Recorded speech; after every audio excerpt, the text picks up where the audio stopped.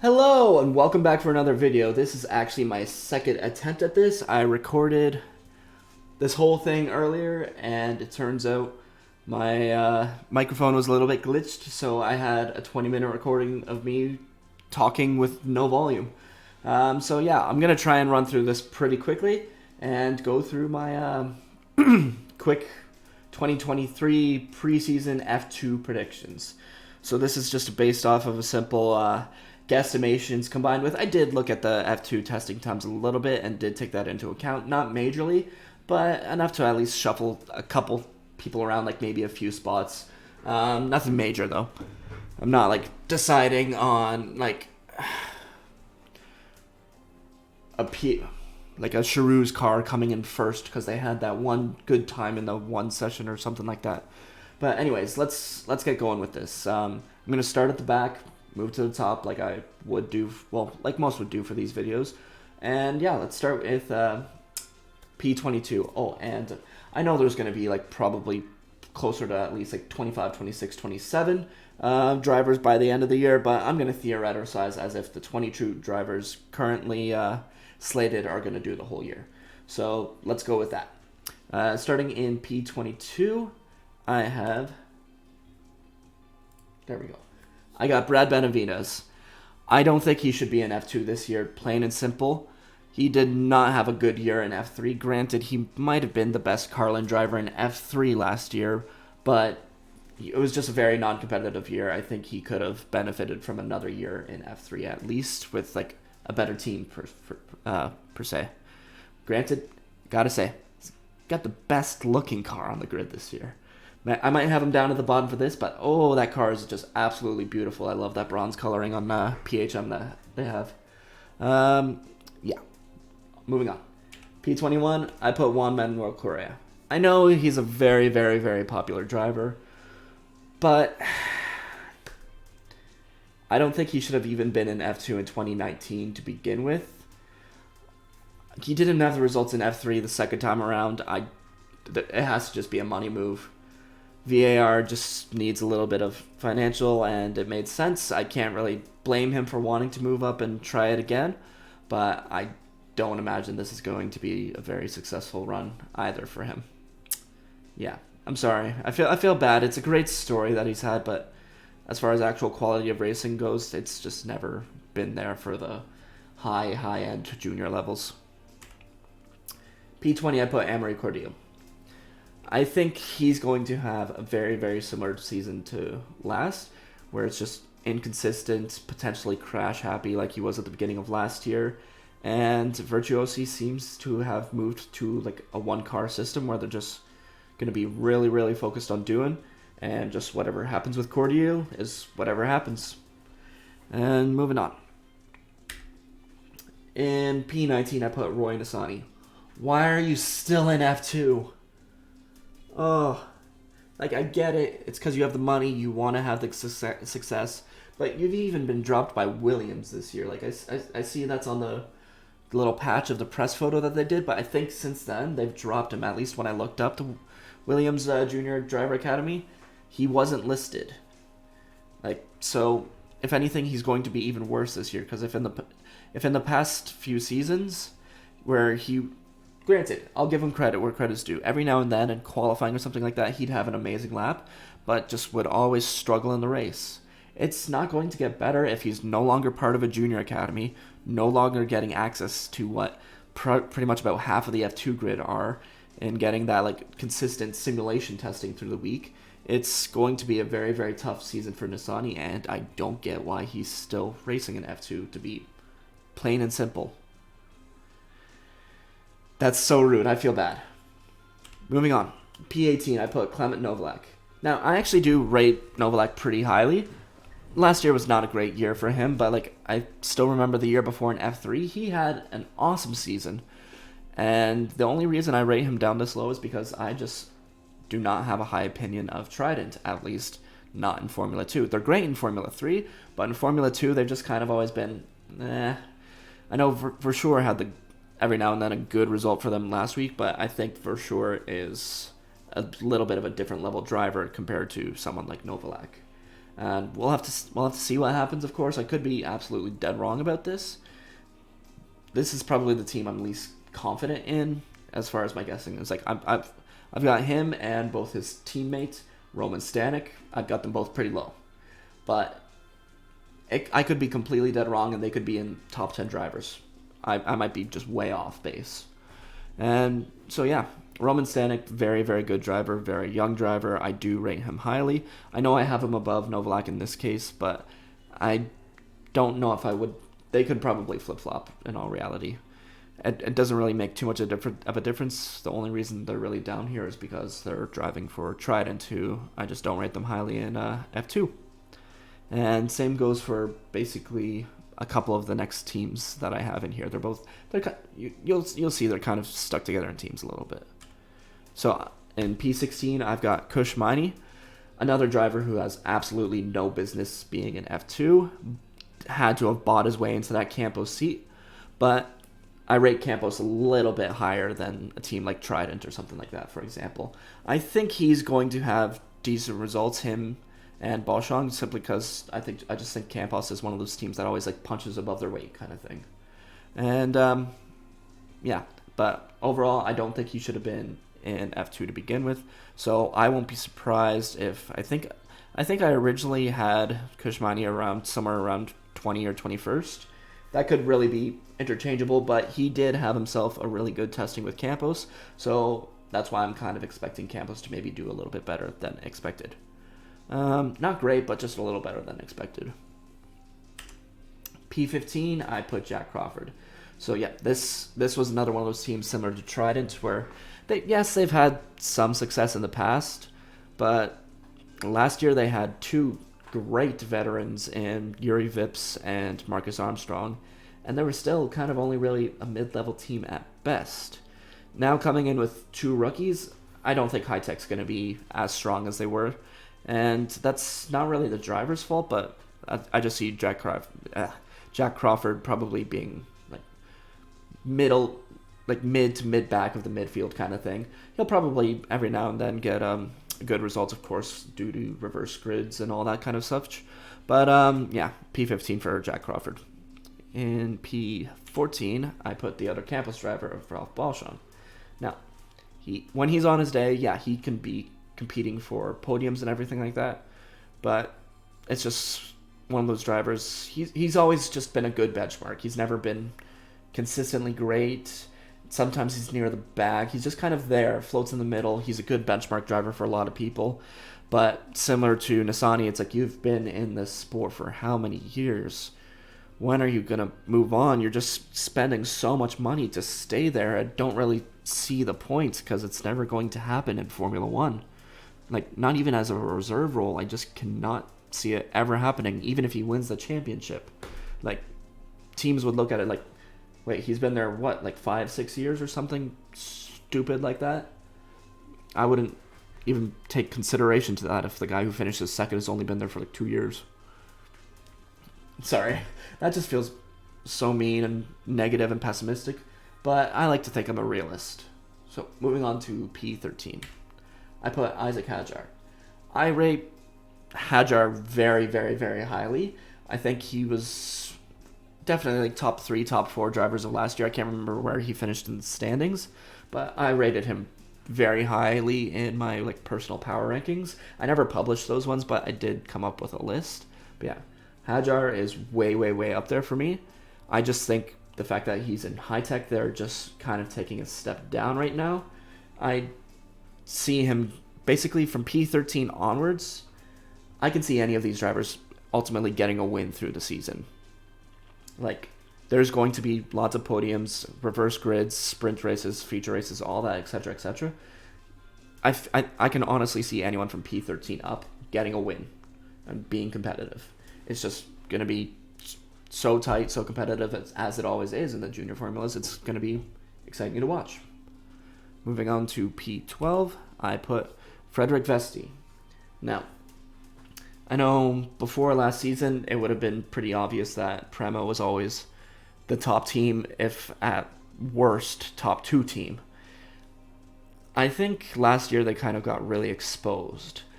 I'm not trying to say that Hauger or Derivola were bad or anything like that. I honestly think it was partially the team. So, and I think that is going to continue. As much as I rate Veste and Behrman really highly, I just cannot see them having the absolute top success that Prema has had in the past. So that's why I put Veste in P12, as I don't know if he's going to cut it for the Mercedes Driving Academy. I know he's probably going to be... Is he their reserve? No, Schumacher's their reserve this year. But I know he'll be probably sticking around the Mercedes team a lot this year, but I don't really see him actually advancing unless he happens to prove himself, because he's probably going to get a lot of the FP1s for like Mercedes and Williams, I'd imagine. But yeah, I can't see it happening for Veste right now. In P11, I put Zay Maloney, who I believe, like, if you take off like the first like 3-4 rounds of the F3 season last year, like, I'm not 100% sure on this, but like Maloney came on so strong at the end of the year. Like, I think he would have potentially ran away with it. Like, if there was like another round or two, he had that upwards like progression that could have taken him to the F3 title really. And I think with a team like Carlin, they're going to be really competitive. I think Carlin has pushed themselves finally up into one of those like potential top 3, top 4 teams. I think any of the top 5 teams really are great right now. There isn't really a bad seat amongst those top 5 teams, I think, which I can't remember what they are off of memory, but yeah, great driver and a great team. I think the little bit of a rookie bug is going to get to him, so that's why I can kind of see him around P11 right now, but I think he's still going to have a great year and rate him highly, and maybe we'll get a look at Red Bull in a year or two or something. Well, I'd say maybe 2 to 3 years, actually. Anyways, moving on. Got to keep this moving. P10, I put Jahan Derivola. He's just kind of there. He's always there. Every now and then he'll have a great race, compete for podiums and everything like that, but he's also inconsistent, and I'm not even sure why he's focusing on another season in F2. Like, he's been dropped from the Red Bull Academy. He's already a reserve driver for a Formula E team for, I think this will be his second year being a reserve for Formula E, and he's even said that he's making Formula E his focus.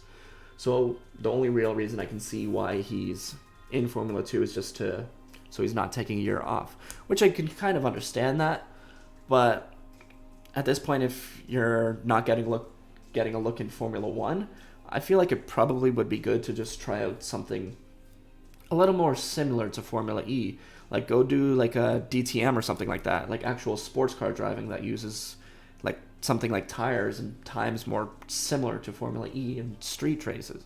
Not street races, that's not the right word. This isn't Need for Speed.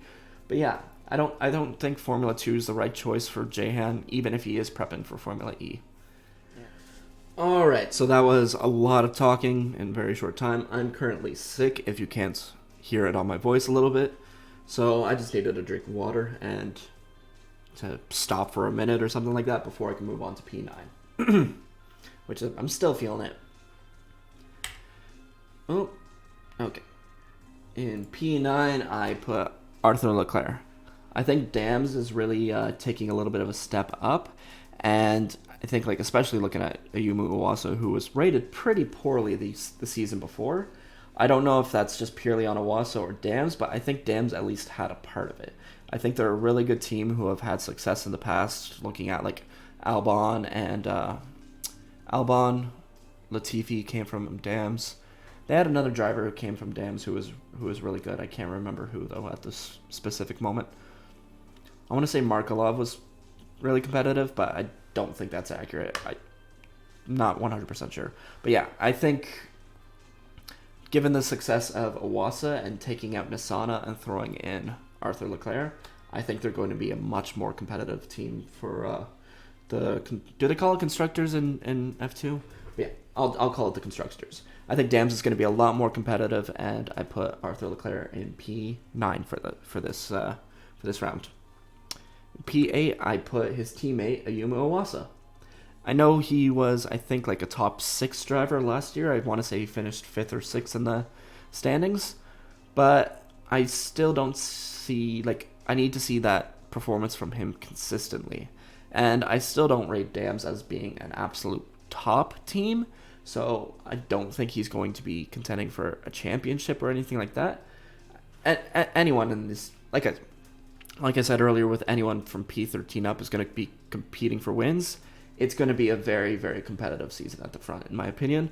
So that's why I can see Owasso finishing, like, that's technically being worse than last year, but I wouldn't really look at it that way. But yeah, I pick him for finishing 8th right now. I don't think he's going to be Red Bull's top pick going into 2024 if they are looking for someone. In P7, I put Richard Verschoor. Now, this one I know is probably the most questionable of my, like, top 8, but I rate Verschoor very highly. He's very fast. He's very, very fast. He's not always gotten that opportunity. Like, I think last year he did the full season, but I think the year before he didn't. I think he only did part of the season because of, like, funding or something like that. But I think he's very fast. He would have had a win last year with Trident too. I was kind of talking crap about Trident earlier in this video. So, yeah, I clearly rate Richard Verschoor very, very highly. And, excuse me, he at least had one really good session in testing. So I can kind of seeing that continue into this season. So this is a driver where another driver I could be completely dead wrong. He could finish top 6, top 7. Or he could be all the way down in like P17, P18, because it's VAR. They're still kind of a little bit unpredictable. I don't really know what to expect for them. Moving on. In P6, I put Ollie Bearman. Now, I rate Ollie Bearman very, very, very, very highly. Like I said earlier, I did make a power rankings for F3. I just never released the video. I had Ollie Bearman at the top of my list. Like, above Victor Martens, above anyone else in F3.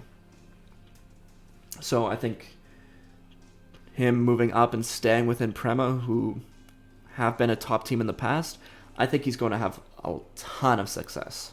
I don't know if he's going to be competing for the championship. Anyways, like I was saying, I don't know if he's going to be competing for a championship, but I do rate him highly enough that if Prema does return to that, like, top team status, I think between him and Veste, I would give the edge to Bearman. I think he's that good.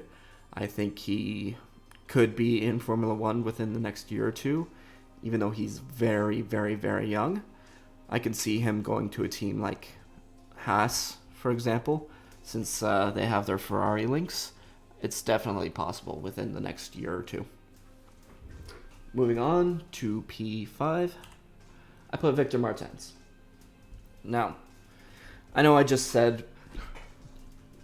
pretty much basically just said that I rated Bearman higher than Martens in my F2 power rankings, but that's where I think ART is pretty much at the top of their game right now. I think with Pourchaire being as good as he is, and I do rate Martens very highly, I think he could have been in F2 last year if he wanted to. Respect on him for deciding to do another year of F3 and then winning the championship. It did pay off for him. So I rate Victor Martens very highly. I don't think he's going to be competing for a championship this year. I think anywhere between like 5 and 10 between the end of the season is a good marker for him. That's probably where he's aiming to be, just have a good season to build upon it for 2024, similar to what he did for F3. And I don't think there's really anything for him to look for in F1 right now. I know Alpine's really looking at Jack Doohan, so unless he just absolutely blows away Jack Doohan, I don't think Victor Martens is aiming to win the championship. Well, of course, every driver's aiming to win the championship, but it's not the end of the world if he doesn't. Moving on. P4, I put Enzo Fittipaldi. I didn't rate Fittipaldi too highly in my power rankings, but there's absolutely no denying the skill that is there. He was very, very competitive in a Charouz team that isn't competitive at all. So I think with a switch to a team like Carlin, who are clearly moving up within the field of F2, I think he's going to have a very competitive season. I don't think he's going to be a championship contender or anything like that. I don't even see even a Formula One future for Fittipaldi outside of maybe he joins his brother at Haas or something like that. Like I don't see it working out for him in Red Bull. I think they've got better options for reserves, and who knows? Like I'm buying into the not the philosophy, the rumors a little bit that I don't see Red Bull keeping two teams for like another 5 years or so like that. I can definitely see AlphaTauri being sold at some point. So I think the Red Bull program is becoming less and less relevant, especially seeing as how they decided to keep Yuki Tsunoda for a third year after it's clearly not been working, and they decided to promote Nick DeVries rather than someone from within their own little field. So yeah, I'm not sure why Red Bull has so many drivers when they're not giving them quite the chances that they used to be. Moving on. So any of these top three now, I think are absolutely championship contenders. They could really be in absolutely any order. I think between the team that they're on and the level of performance that we've seen that they can get in the past, I think this could go either way. But in P3, I put Jack Doohan. Originally, I actually had him as my pick to win the championship, but it seems, I don't know, maybe this is one of those situations where I had him as number one, but after testing, it's like, I think I need to drop this guy back a little bit, but not too far. So I put Jack as P3. I think Virtuosi is just not on that same level that they used to be. Like back when they had Callum Ilott and Zhou Guanyu, like when they had two drivers working together, it was fantastic for them. They were so good, but I think Virtuosi is really held back right now by going for that pay driver in the second seat with Sato last year, Cordial this year. I think it's a tough look when you're really only driving with one hand and he's not going to have any sort of teammate assistance, and I can see that kind of really holding him back. But who knows? Any of these top three, like I said, and luck plays such a huge factor in reliability and just being accidentally taken out by someone else. It happens, especially within such a competitive field. So in P2, I put Dennis Hauger.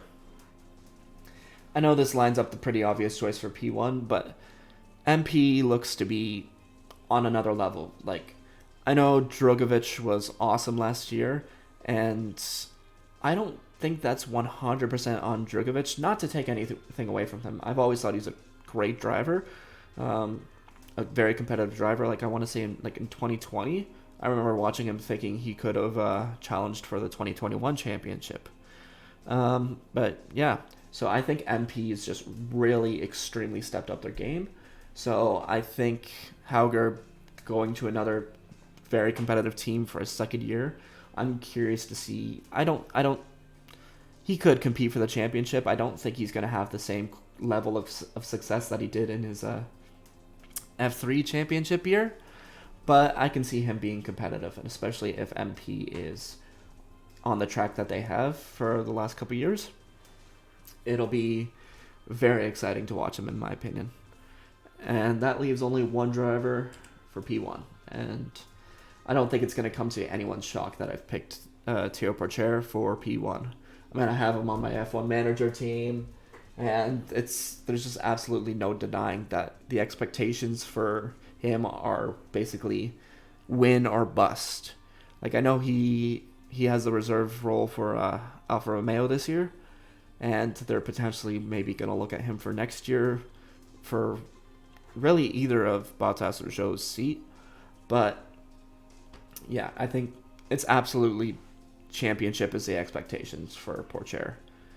And that new car livery just looks amazing. But yeah, if he doesn't come first, it's going to be an absolute disappointment for him. There's no other way around that. Like, looking even at Doohan or Hauger, if they don't win the championship, like, if they're as long as they're competitive, they'll be like, cool, yep, we did our job. But if Porcher is finishing like second or third again, that's going to be looked at as a failure. Not only from his eyes, but I think even from like Formula One, because the expectations were so high, maybe too high. But it is what it is. He's my pick right now to win the championship. Like I said about Martin, I think ART is at the top of their game right now. And I think they can do it as long as they stay consistent and don't butcher up his reliability, don't put him into traffic in qualifying sessions. I think they have him and ART, they have what it takes to win the championship this year. So yeah, that's going to wrap it up. And I'm going to go drink some more water because my throat is absolutely killing me. Thank you for watching. Let me know where I am wrong, who you would be picking where, which drivers was I talking trash about that you just absolutely disagree. Yeah, let me know, and thank you for watching.